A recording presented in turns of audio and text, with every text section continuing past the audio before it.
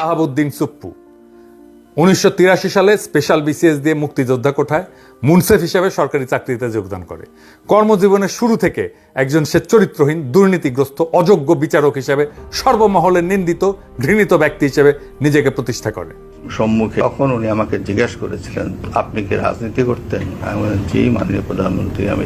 দর্শক, রাষ্ট্রপতি শাহাবুদ্দিন চুপ্পু এখনো পদত্যাগ না করায় তাকে নিয়ে গুঞ্জন উঠেছে এবং তাকে যেভাবে পাচ্ছে ধুলাই করছে, এবং সেই ভিডিওটি আপনারা শেষে দেখতে পারবেন। তার আগে চলুন পিনাকি ভট্টাচার্য রাষ্ট্রপতি শাহাবুদ্দিন চুপ্পুকে নিয়ে কি বলেছেন তা দেখে আসি। 1983 সালে স্পেশাল বিসিএস দিয়ে মুক্তিযোদ্ধা কোঠায় মুনসেফ হিসেবে সরকারি চাকরিতে যোগদান করে।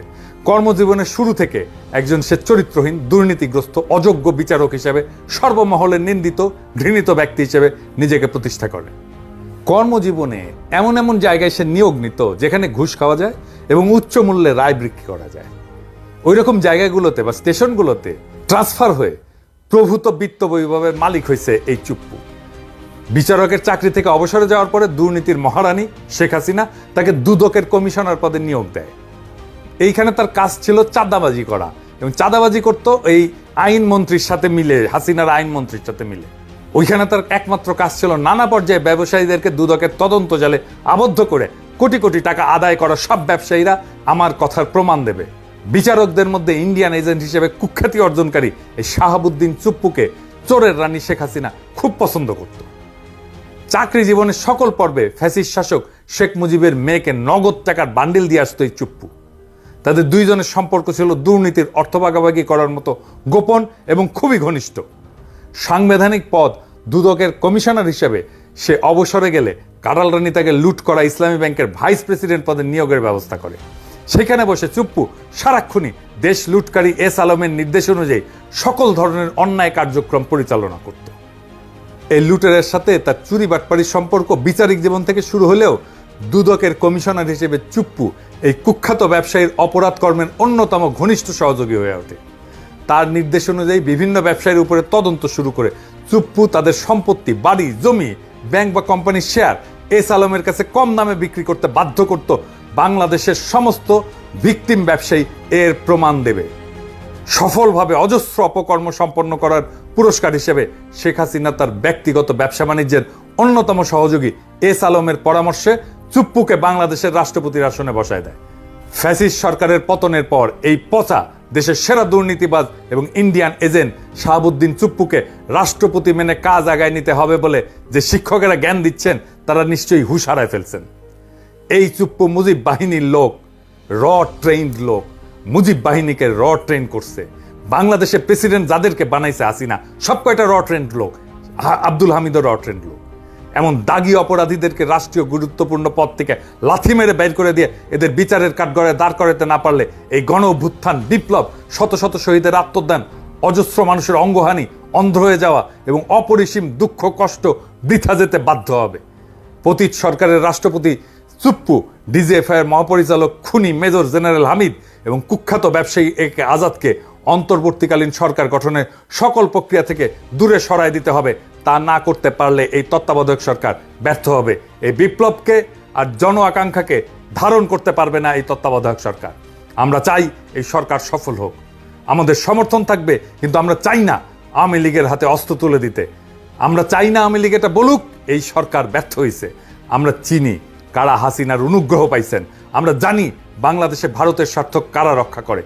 আমরা যদি এদের কাউকে শাসন ক্ষমতার ধারে কাছে দেখি, বাঘের মতো ঝাঁপায় পড়বো আর কচ্ছপের মতো কামড়ায় ধরবো, ছাড়ন নাই।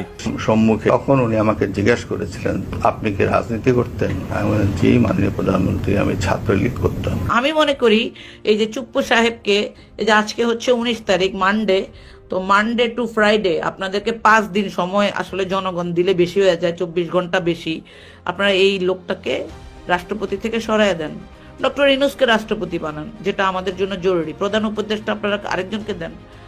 মানে ওনার যদি 2টা ক্ষমতাই রাখার মানে ল থাকে তাহলে তাকে 2টার মধ্যেই রাখেন। চুপ্পুর অপসারণ। এখন কথা হচ্ছে এই চুপ্পু যতক্ষণ পর্যন্ত রাষ্ট্রপতি থাকবে ততক্ষণ পর্যন্ত তার অনেক কিছু অর্ডার করার ক্ষমতা আছে।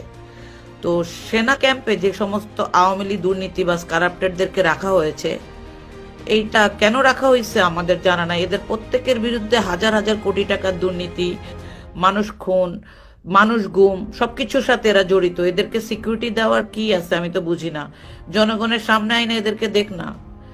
এখন কথা হচ্ছে যে ওই যে শিল্পী সমিতির যে শমিকা স্যার, তারপরে হচ্ছে তারান্না হালিম, যারা মাওলানাদের বিরুদ্ধে রাজপথে এসে রাজাকার রাজাকার বলে স্লোগান দিয়েছিল, তাদেরকে প্রোটেক্ট করার দরকারটা কি? এরা তো বাংলাদেশের শয়তানি করবে আরো এই আর্মির প্রোটেকশনের থেকে। তো এদেরকে জনগণের সামনে নিয়ে আসেন, দেখেন যে জনগণ এদেরকে কিভাবে ঘৃণা করে, এবং এদেরকে আইনের হাতে তুলে দেন আপনারা। ঠিক আছে, এদের প্রোটেকশন দেওয়ার দরকার নাই তো। আর যেটা হচ্ছে যে বারবারই আমরা বলছিলাম যে 10 লক্ষ অস্ত্র যে অবৈধ, সে অস্ত্রগুলো এখনো জমা হয় নাই, অস্ত্রগুলো উদ্ধারের জন্য কোনো কাজ করা হয় নাই। তো এটা তো খুবই একটা গুরুত্বপূর্ণ বিষয় যে আর্মি এবং প্রশাসন মিলে এই অস্ত্রগুলো উদ্ধার করতে হবে। এবং এই যে আওয়ামী লীগের এমপি মন্ত্রীদের কাছে যে অস্ত্র আছে, তাদের অস্ত্রগুলো এখন পর্যন্ত অনেকেই জমা দেয় নাই। এটাই হচ্ছে আমাদের কাছে নিউজ। এই বিষয়টা অবশ্যই সবাইকে আসলে সোশ্যাল মিডিয়াতে আপনারা এগুলা ভয়েস রাইজ করতে হবে। আদারওয়াইজ এরা এখনো স্বপ্ন দেখে যে শেখ হাসিনা 3 মাসের পরে ইলেকশন করবে এবং আওয়ামী লীগের ইলেকশনে যোগদান দিবে। তো এই প্রজন্মের তরুণ প্রজন্মের যে ভোটাররা আছে প্রায়। দর্শক, রাষ্ট্রপতি শাহাবুদ্দিন চুপ্পুর পদত্যাগ নিয়ে বিভিন্ন মহলে গুঞ্জন উঠেছে। সবাই বলছে এ রাষ্ট্রপতি আওয়ামী লীগের রাষ্ট্রপতি, এ রাষ্ট্রপতি সাধারণ জনতার মনোনীত রাষ্ট্রপতি নয়। যেহেতু এ রাষ্ট্রপতি ছাত্রকাল থেকেই আওয়ামী লীগের সাথে জড়িত ছিল, তাই বলা যায় যে কোনো সময় এ রাষ্ট্রপতির মাধ্যমে একটা অঘটন ঘটতে পারে। তাই আমরা বলতে চাই এ রাষ্ট্রপতিকে দ্রুত পদত্যাগ করতে হবে এবং তার স্থানে ডক্টর ইউনূসকে রাষ্ট্রপতি হিসেবে দেখতেই এই জাতি পছন্দ করবে। ইতিমধ্যে রাষ্ট্রপতি শাহাবুদ্দিন চুপ্পুর বিরুদ্ধে বিভিন্ন মহল পদত্যাগের দাবি জানাচ্ছে। তাই তার উচিত নিজের সম্মানার্থে রাষ্ট্রপতির পদ থেকে পদত্যাগ করা।